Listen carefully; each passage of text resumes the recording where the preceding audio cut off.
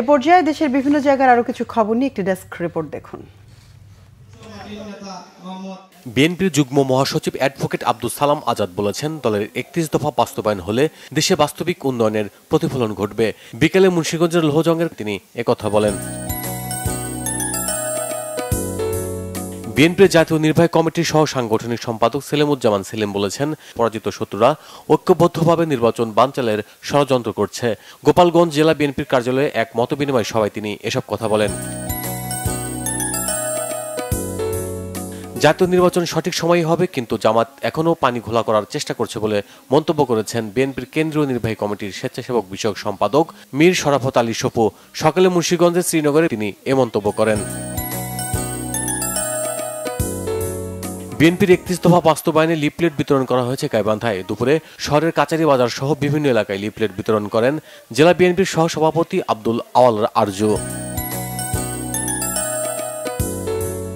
ধানের শীষে প্রচারণায় নৌ শোভাযাত্রা করেছেন বিএনপির নেতা ব্যারিস্টার ইশরাক আহমেদ সিদ্দিকী। শোভাযাত্রাটি কালিয়াকৈর উপজেলা চাপাই ব্রিজ থেকে শুরু হয়ে গাজীপুর সিটির ১২ নং ওয়ার্ডে গিয়ে শেষ হয়।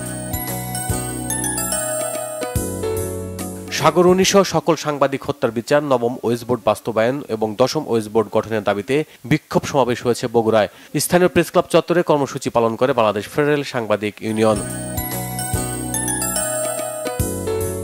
সাম্য ও সমতায় দেশ গড়বে সমবায়, এমন প্রতিপাদ্য সামনে রেখে বর্ণাঢ্য র্যালি ও আলোচনা সভা হয়েছে কুড়িগ্রামে।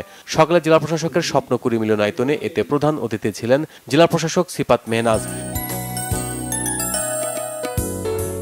বাংলাদেশ গার্ল গাইডস অ্যাসোসিয়েশনের ৪র্থ আঞ্চলিক পরিষদ অধিবেশন হয়েছে ময়মনসিংহে। দুপুরে বাংলাদেশ পরমাণু কৃষি গবেষণা ইনস্টিটিউট অডিটোরিয়ামে এতে প্রধান অতিথি ছিলেন ময়মনসিংহ মাধ্যমিক ও উচ্চ মাধ্যমিক শিক্ষা বোর্ডের chairman professor doctor Mohammad Shahidullah.